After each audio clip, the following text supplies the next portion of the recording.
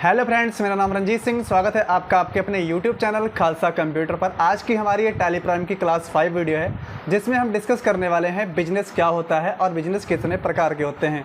इससे पीछे क्लासेस में हमने डिस्कस किया था टैली क्या है, यानी टैली सॉफ्टवेयर किस काम हमारे आता है, अकाउंट क्या होते हैं, अकाउंटिंग क्या होती है, गोल्डन रूल्स ऑफ अकाउंट क्या होते हैं, यानी कि किस तरीके से हम डेबिट, क्या आने वाली वस्तु से डेबिट होती है, जाने वाली वस्तु से क्रेडिट होती है, यानी डेबिट और क्रेडिट क्या होता है, इसके बारे में हमने गोल्डन रूल्स की वीडियो में समझा था। बाद में हमने समझा था वाउचर्स, यानी कि हमने ट्रांजैक्शन एंट्री कैसे पास करते हैं। जैसे कि अगर कोई लेन देन हो रहा है, किस तरीके से हम किसी को सैलरी पे करना चाहते हैं, उसके लिए कौन सा ट्रांजैक्शन एंट्री हमें कैसे करना है, उसके बारे में हमने वाउचर्स एंट्री में समझा था, वाउचर की वीडियो में। तो ये सभी प्रकार की वीडियो बन चुकी हैं, जो आपको इस वीडियो के डिस्क्रिप्शन बॉक्स में मिल जाएंगी। वहाँ से जाकर आप उन सभी वीडियो को देख सकते हैं। तो चलिए आज का वीडियो शुरू करते हैं और जानते हैं बिजनेस क्या होता है। तो दोस्तों, जो बिजनेस होते हैं वो दो ही तरीके के होते हैं, एक होता है सर्विस और दूसरा होता है गुड्स। तो सर्विस में क्या होता है, हम अपनी सर्विस देते हैं, जैसे टीचर अपनी सर्विस देता है, डॉक्टर अपनी सर्विस देता है, और जो वकील होता है, एडवोकेट, वो भी अपनी सर्विस देता है और सामने वाला उसे उसके एवज में उसकी फीस पे करता है। तो ये होता है सर्विस ऑर्गेनाइजेशन, यानी कि हम सर्विस देते हैं, कंसल्ट करते हैं और सामने से पैसा लेते हैं। दूसरा होता है गुड्स, जिसमें हम वस्तुओं का आदान प्रदान करते हैं, यानी कि गुड्स सप्लाई करते हैं और सामने से पैसा अर्न करते हैं। तो चलिए फिलहाल इसको पूरे डायग्राम के साथ समझने की कोशिश करते हैं और चलते हैं लैपटॉप की स्क्रीन पर और समझ लेते हैं बिजनेस क्या होता है। तो इंट्रोडक्शन टू बिजनेस ऑर्गेनाइजेशंस को, बिजनेस को कुछ इस तरीके से हम इस डायग्राम की मदद से समझने की कोशिश करते हैं।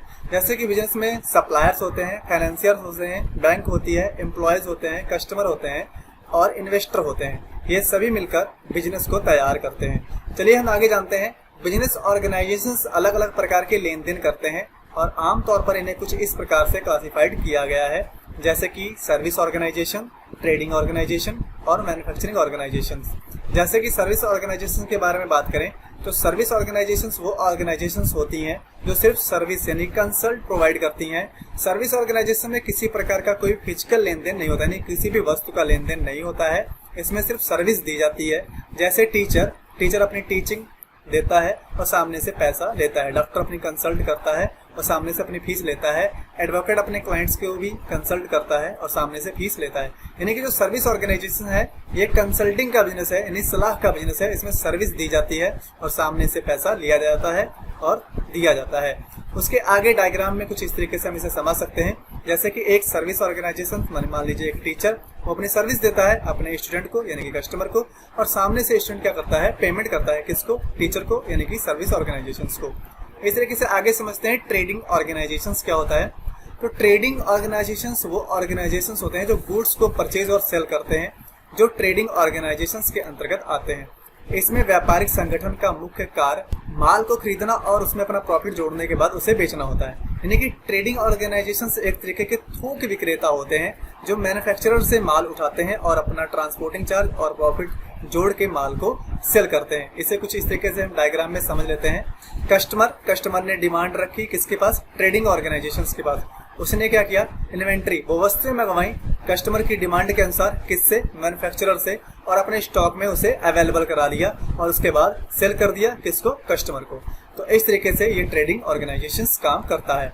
उसके आगे है मैन्युफैक्चरिंग ऑर्गेनाइजेशंस। तो मैन्युफैक्चरिंग ऑर्गेनाइजेशन जो होता है रॉ मटेरियल्स को यानी कि गुड्स को फिनिश्ड गुड्स में तैयार करता है। यानी कि मैन्युफैक्चरर जो होता है वो कच्चे माल को इकट्ठा करता है, जो भी उसे जरूरी सामान होता है उस माल को तैयार करने में उसे इकट्ठा करता है और एक फिनिश्ड गुड्स यानी कि एक फ्रेश बिकने लायक माल तैयार कर देता है। मैन्युफैक्चरिंग ऑर्गेनाइजेशन में कच्चे माल को एक प्रक्रिया के अंतर्गत तैयार किया जाता है, जिसे बाद में ट्रेडिंग ऑर्गेनाइजेशंस उस माल को ग्राहक तक पहुंचाने का काम करती है। जैसा कि अभी हमने समझा कि ट्रेडिंग ऑर्गेनाइजेशन जो होती है वो मैन्युफैक्चरर से माल उठाती है और कस्टमर को सप्लाई करती है। इसको आगे डायग्राम में कुछ इस तरीके से समझ सकते हैं। जैसे मार्केट में डिमांड हुई, डिमांड किसके पास आई, ट्रेडिंग ऑर्गेनाइजेशन के पास। उसने किससे करी, मैन्युफैक्चरिंग ऑर्गेनाइजेशन से।